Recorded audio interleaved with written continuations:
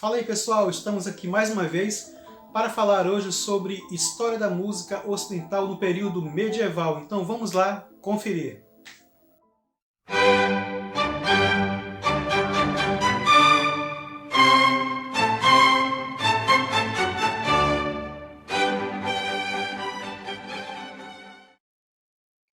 Vamos lá então falar sobre história da música ocidental na Idade Média, que vai do século V até o século XV.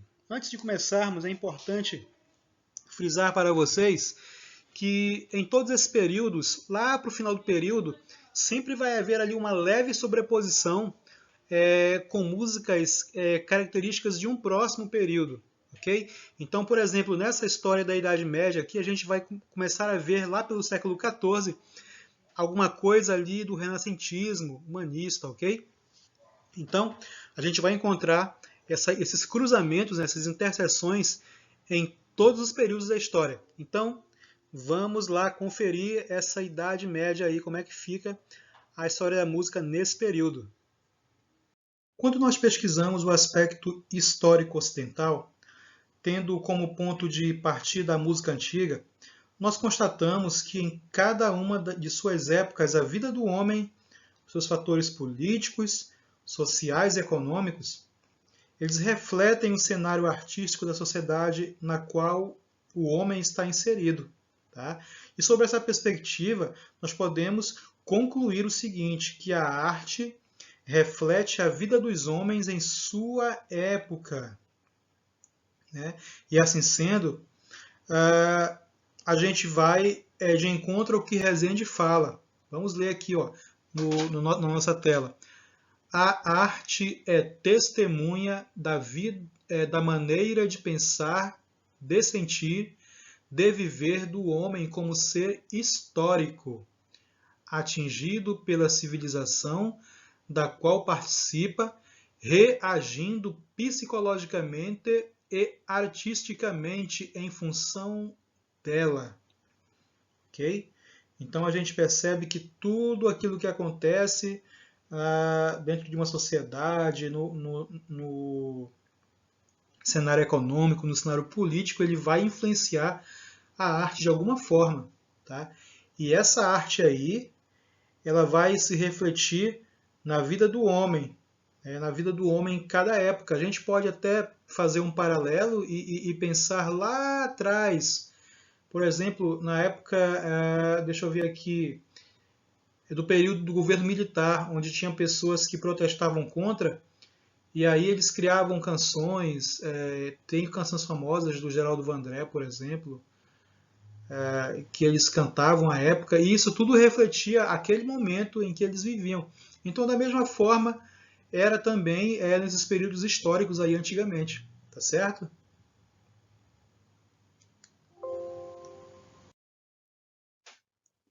Muito bem.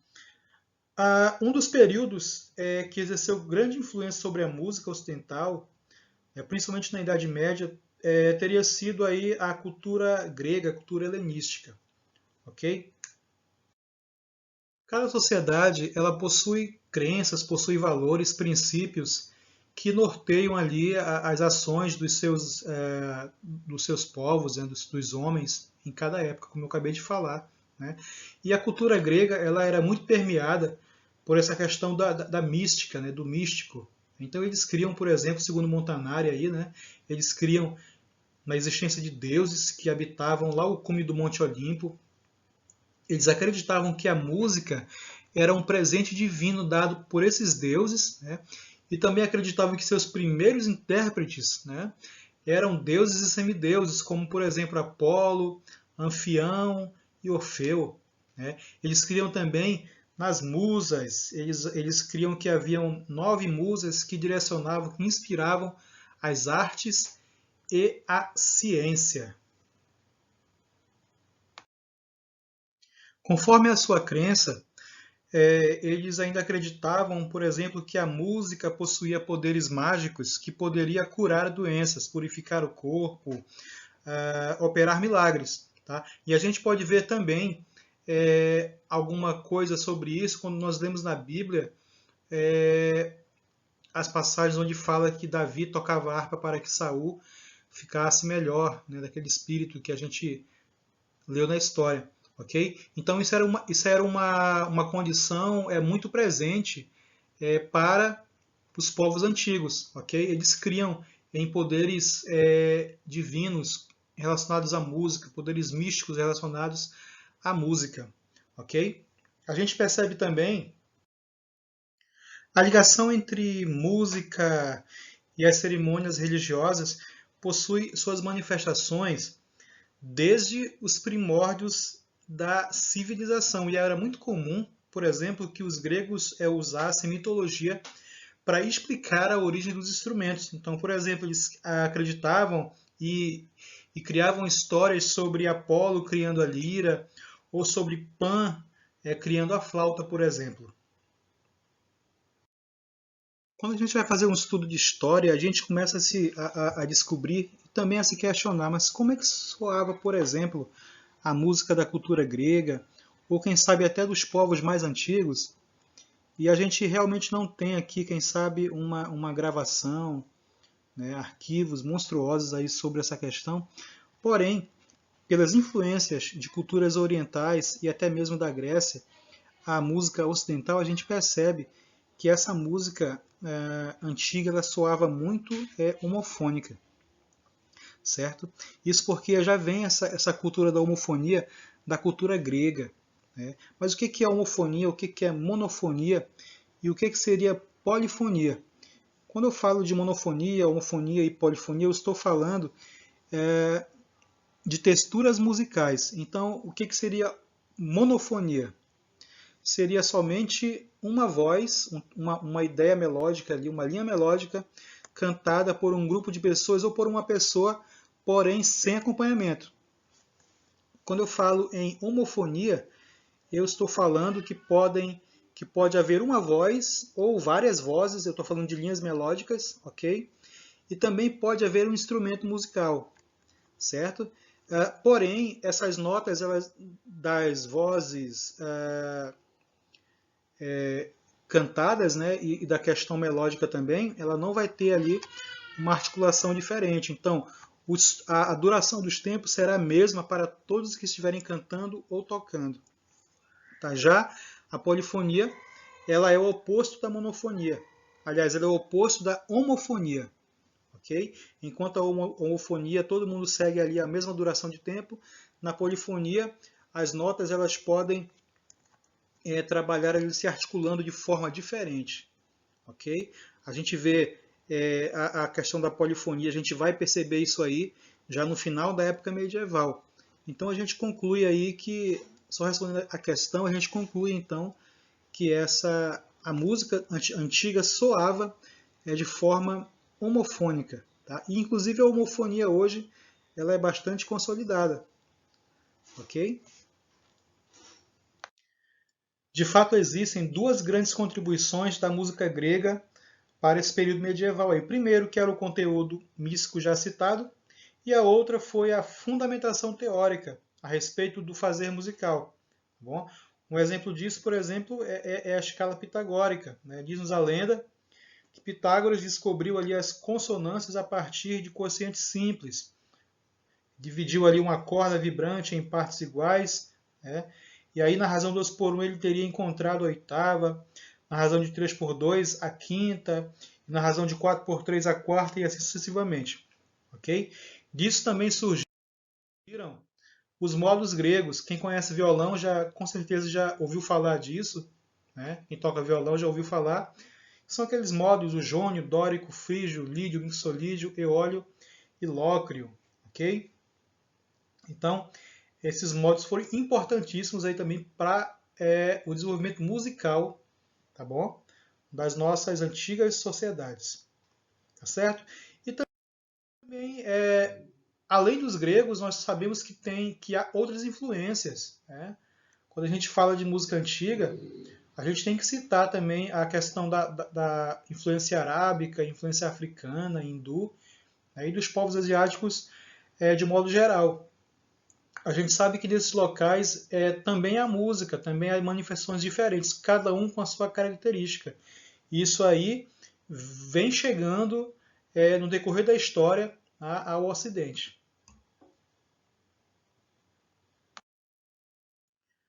O período classificado como Idade Média, ele surge a partir da queda do Império Romano, lá por volta do século V, e ele vai se estender até o surgimento de novos interesses da cultura greco-romana no século XV, conhecido como Renascimento Humanista. Então, para fechar aí, tá? Nesse período da história, no período medieval, a estrutura social da população, de certa forma, era hierarquizado, ok?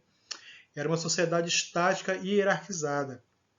Então, nós tínhamos ali, por exemplo, três classes sociais bem distintas. A gente começa, então, com a nobreza. A nobreza era ali, fazia parte da nobreza os senhores feudais, os cavaleiros, os condes, duques e viscondes, né? Toda essa questão dos nobres que vocês conhecem. Tá? Tinha também o clero. O clero ele era constituído ali por membros da igreja e era uma classe social que era detentora de todo o poder ali do Estado, ok? Pois eram também responsáveis pela proteção espiritual da sociedade. Tá? E, por último, a terceira classe, consequentemente, vem aí a população, na sua maioria, tá? Que eram chamadas aí de servos, né? Que eram os camponeses, né? Os pequenos artesãos. Então, era uma sociedade bem hierarquizada, tá bom? Os clérigos, né? Os nobres e, por último, os servos. Falando um pouco de arte medieval, a gente vai perceber aí que houve uma mudança bem grande, né, no rumo da história a partir do surgimento do cristianismo. Olha só o ponto de partida para tudo. É basicamente quando houve ali o fortalecimento da fé cristã, né, e a consolidação da igreja, né, isso aí trouxe valorização de princípios ideológicos da igreja lá dentro do império, ok? E isso aí no que se refere à integração das artes plásticas, escultura, arquitetura e especialmente a música. Essas mudanças aconteceram em duas situações. A primeira, né, se caracterizou pela perseguição aos adeptos dessa religião cristã. E a segunda, a partir do Edito de Milão de 313, com a conversão do imperador Constantino ao cristianismo. Então, quando ele foi convertido ao cristianismo, Constantino, os cristãos aí tiveram liberdade de expressão. Okay? Ele concedeu liberdade de expressão. E aí tem uma situação bem histórica para a gente, né?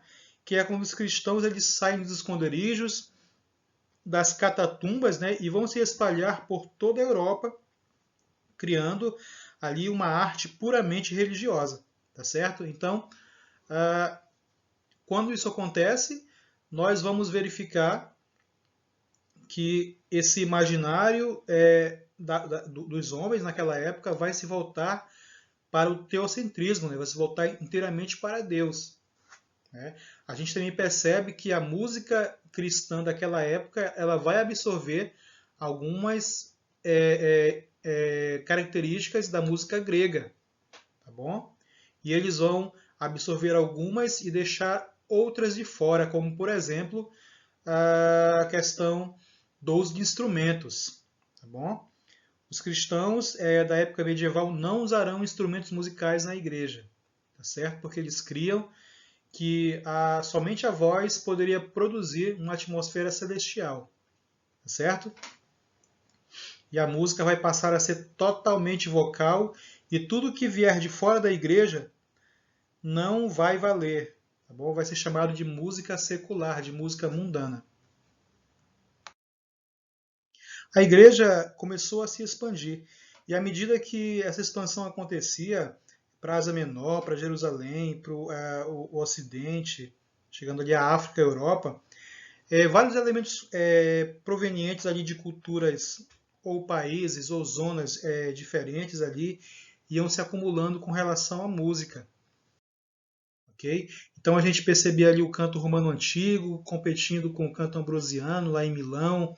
A gente via o moçárabe na Espanha, lá em Toledo, e o canto galicano também, né, lá na Gália, na França, okay? No Império, no Reino Franco ali. A gente via essas diferentes manifestações aparecendo e não havia uma uniformidade nas celebrações com relação à música. Essas influências eram vistas muitas vezes como nocivas, porque poderiam ferir a unidade da igreja. Então, logo surge a necessidade de instaurar ali um cântico que representasse toda a liturgia romana em qualquer igreja que fizesse parte ali do círculo da Igreja Católica Romana, tá certo? Então, no século V, o Papa Leão ele começa a estabelecer esse repertório e só encerra quando chega o Papa Gregório Magno, lá pelo século VI, ok? E aí é chamado de Reforma Gregoriana.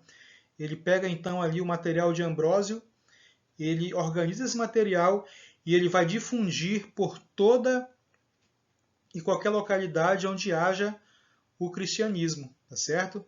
Então, esse canto aí, esse tipo de canto que foi difundido, ele passou a ser chamado também de canto gregoriano, que é o que vocês ouvem muito falar, canto gregoriano, ok? Isso aí foi um marco na música cristã litúrgica. A partir de então, criou-se uma cultura de que a música ela se torna responsável em transmitir aos fiéis a emoção que o texto litúrgico ele vai conter ali, tá certo? E por manter esse princípio da homofonia e preservar a ausência de instrumento, de acompanhamento musical com o instrumento, esse canto gregoriano ele vai ter aí outras denominações também, como por exemplo cantos planos ou canto-chão. De forma que canto-chão ou canto plano vai ser a designação ali de todo o conjunto de melodias em latim da Igreja Cristã no Ocidente mais tarde, isso a partir do século XVIII. Tá bom? Nós podemos classificar o canto-chão de 3 formas, pelo menos. Okay? A primeira seria aquela em que a gente verifica se ele usa ou não texto bíblico. Okay? A segunda forma é pela forma como eles eram cantados. Então tem o antifonal. O antifonal é quando o coro canta alternadamente. Nós temos também o responsorial, que é quando um solista alterna ali com o coro.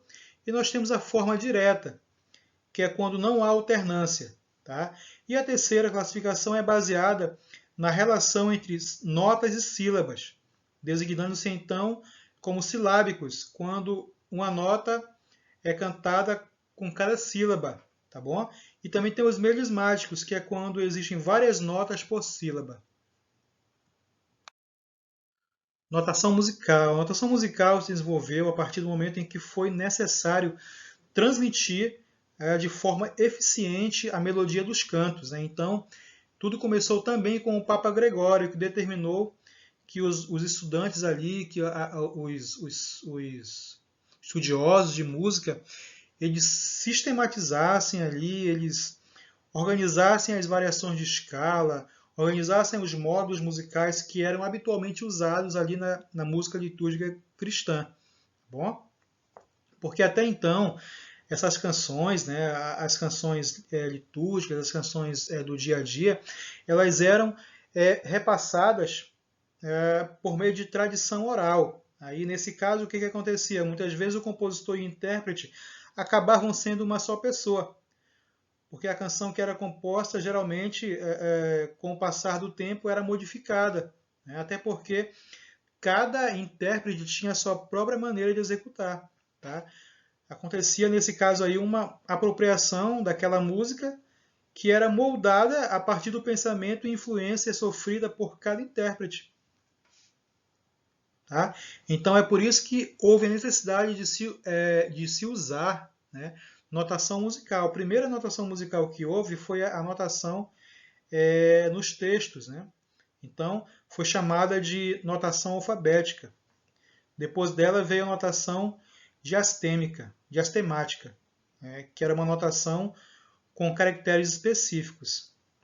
Esse tipo de notação foi iniciado com a utilização de neumas, que eram sinais próprios ali, né, que eram símbolos egípcios antigos, gregos, armênios, que a igreja lá no Oriente usava. E eles passaram a ser empregados com maior frequência na prática musical. Porém, essa notação não era exata em relação à altura, à duração das notas.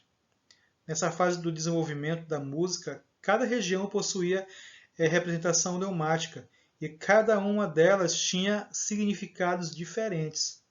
Então a gente nota que nesse primeiro momento, mesmo a questão dos neumas, eles não eram totalmente padronizados, certo? E a gente vai ver mais para frente que isso vai se aperfeiçoar com a chegada da figura de Guido d'Arezzo no século XI, ok? O Guido d'Arezzo adotou então ali um sistema de escrita que utilizava uma pauta de 4 linhas, que é o tetragrama, e sobre o tetragrama ele fixava ali neumas antigos, e onde poderiam ser indicados com exatidão a altura das notas, dispensando assim a necessidade de transferência exclusivamente oral, tá certo? Então esse fato caracterizou-se de grande importância para a história da música ocidental, e que ainda, segundo o Groot, né, o nosso autor, ele pode ser considerado como o advento da invenção da escrita o foi para a história da linguagem. Ou seja, o mesmo valor que a invenção da escrita teve para nós hoje com relação à linguagem, a invenção do tetragrama, ali com a adição dos neumas em alturas corretas, também foi para a música. E com o objetivo de ensinar a leitura à primeira vista e, consequentemente, ajudar cantores a memorizar a sequência de tons e semitons, o Guido d'Arezzo ele também utilizou sílabas retiradas do texto de um hino a São João, datado do ano 800, para nomear então as notas que até então recebiam como nome as 7 primeiras letras do alfabeto. Tá? Esses que aparecem aí no slide, eles são os nomes das notas modernas. Tá certo? Então a gente vê aí o ut. O ut não tem muito significado, né? Mudou para dó direto. Agora ressonar era o ré, mira é o mi, fámule, fá, sol, sol, labilá e o sanct, né? Então a gente percebe aí como é que chegou-se então ao nome das notas modernas. A música profana na Idade Média. Vamos lá. No cenário musical do século XI, a gente vai se deparar com o desenvolvimento de duas grandes e importantes correntes musicais para a evolução da história da música. No campo religioso, nós vamos ali, partindo do canto gregoriano, ver o surgimento do organo, que é, na verdade, o embrião da polifonia. Tá bom? E do outro lado, na questão profana, nós vamos nos deparar com uma corrente chamada trovadorismo. O trovadorismo ele vai estar ali baseado na canção monódica. Tá bom? E juntamente com esse desenvolvimento da música popular ou folclórica, tudo que é profano é canalizado através da figura dos músicos poetas, que são os trovadores, que eram músicos que viajavam e contavam tudo que viam através de música, por exemplo. Ok? As suas atividades eram ali específicas em torneios ou em celebrações, tá? E eles conservavam a antiga norma, só que eles começaram também a usar instrumentos para acompanhar, que é o que a música religiosa não fazia na época. E então eles perceberam que eles estavam ficando muito limitados, utilizando aqueles modos que eram utilizados também na canção religiosa. Então, eles resolveram romper com isso, fazer uso ainda mais de instrumentos, e daí surgiram também 6 outros modos que foram enriquecidos com o tempo, modos rítmicos. Okay? De certa forma, o travadorismo, né, a canção dos trovadores, ela foi uma afirmação frente ao canto gregoriano. Né? Foi inconsciente isso. Fez frente ali ao canto gregoriano. É importante notar que o trovadorismo, cultivando formas melódicas acompanhadas representam uma reação ao canto gregoriano, uma citação, e ao contraponto erudito da música eclesiástica, e está na base do primeiro movimento historicamente relevante da música vocal e instrumental.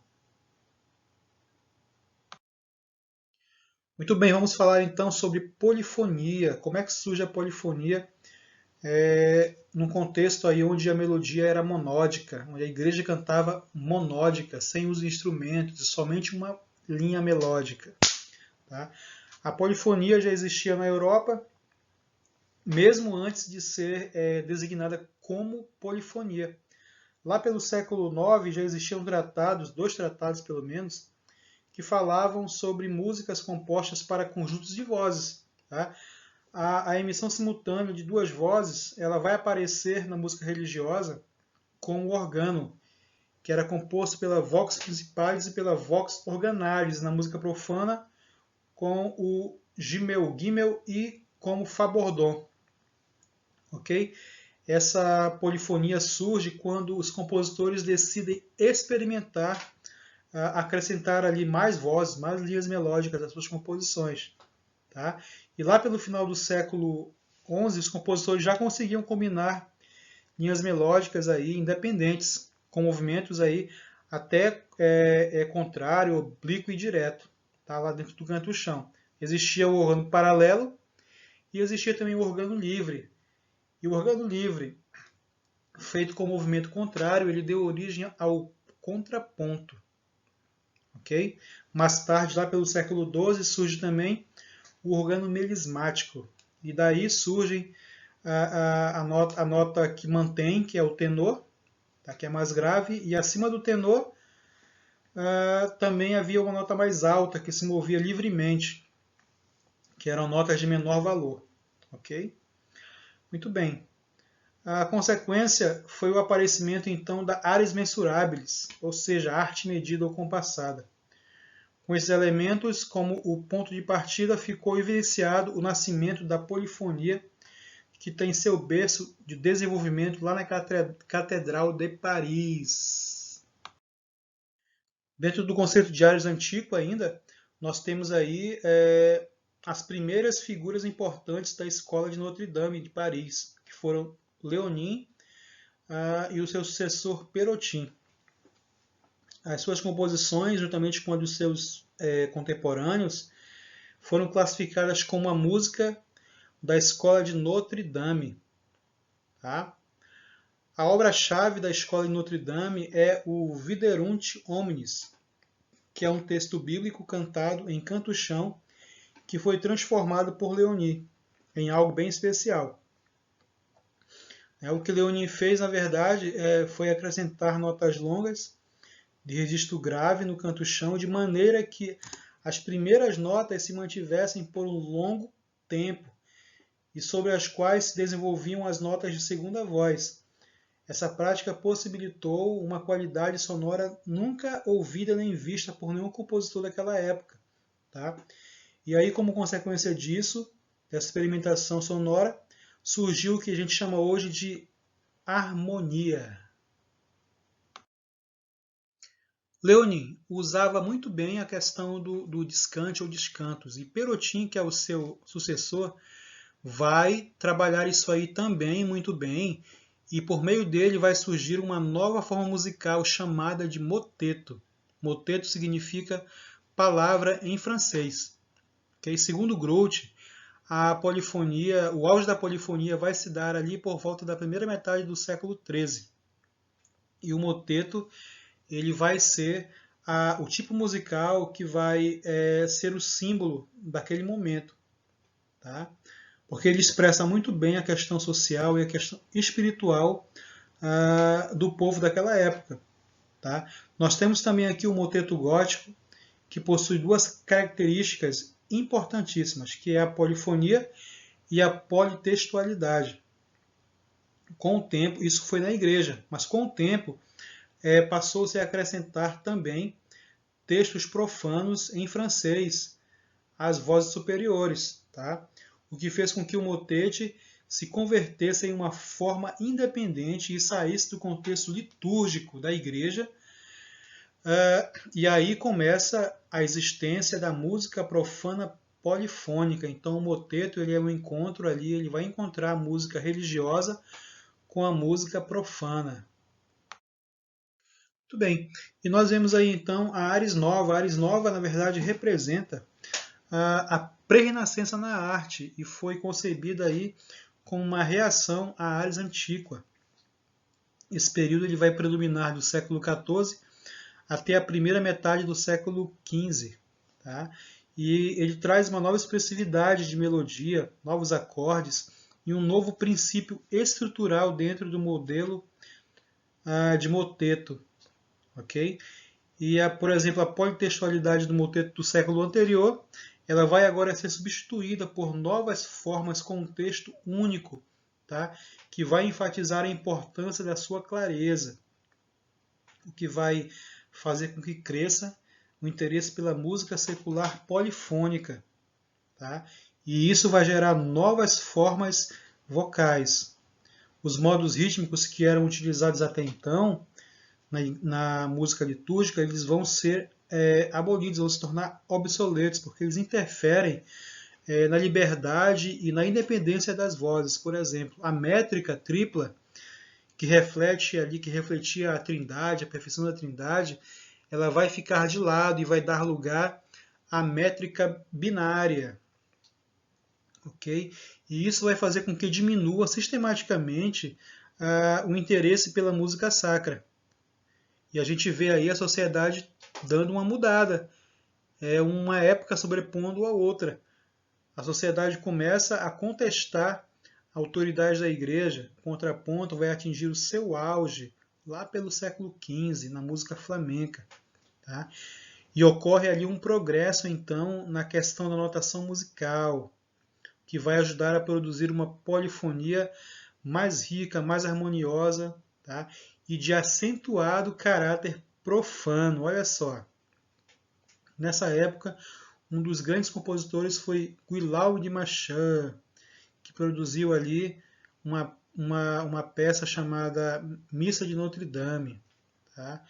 Essa peça realmente foi muito rica e deixou alguns legados, como, por exemplo, na técnica, ela sistematizou ali os componentes essenciais do sistema de notação musical que nós usamos hoje em dia. E lançou também as bases da polifonia. Há várias vozes, tá? E lançou também as bases da harmonia moderna. E na questão estética, aconteceu a libertação dos compositores da sua dependência das formas eclesiásticas para veicular sua melhor música, possibilitando ainda que suas personalidades criativas individuais ganhassem legitimidade e encontrassem um novo espaço de expressão. Então, a Ares Nova ela veio ali romper com a Ares Antiqua, ela veio dar um novo horizonte e apontar para a Renascença. Tudo o que acontecia na sociedade começou a ser refletido também no campo musical. Para tomar nota, a gente teve aqui alguns compositores dos grandes. Na Ares Antiqua, por exemplo, foi Léonin Perotin. Na Ares Nova, nós tivemos o Guillaume de Machan, o Philippe de Vitry, Francesco Landini e o John de Stable. Ok? E assim a gente acaba o estudo da música na Idade Média. Então, a gente viu no começo que tudo era voltado para a questão religiosa, o centro do pensamento era Deus, né? E com o passar do tempo, as coisas foram mudando.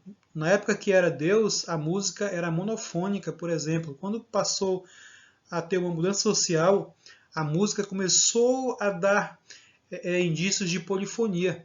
E mais tarde, já no fim do período, a sociedade muda de vez, há um questionamento, há uma dúvida em relação à autoridade, supremacia do Papa, da Igreja, e a música também muda, absorve isso aí, essa mudança. E agora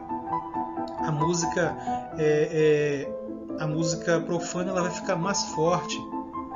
E a música da Igreja também vai assumir uma nova forma de textura, onde os modos antigos serão abandonados e entrará agora em vigor novos modos que vão dar mais liberdade para as vozes. Ok? Então o próximo vídeo será sobre o período da Renascença, mas a gente vai fazer com vídeos que já estão na internet. Eu vou postar os links para vocês lá na classe também, ok? E vou deixar também aqui na descrição desse vídeo alguns links sobre exemplos de canto gregoriano, de polifonia, de monofonia, para que vocês tenham ciência do que é isso aí, tá bom? Então, a todos um bom estudo e até o próximo encontro. Valeu!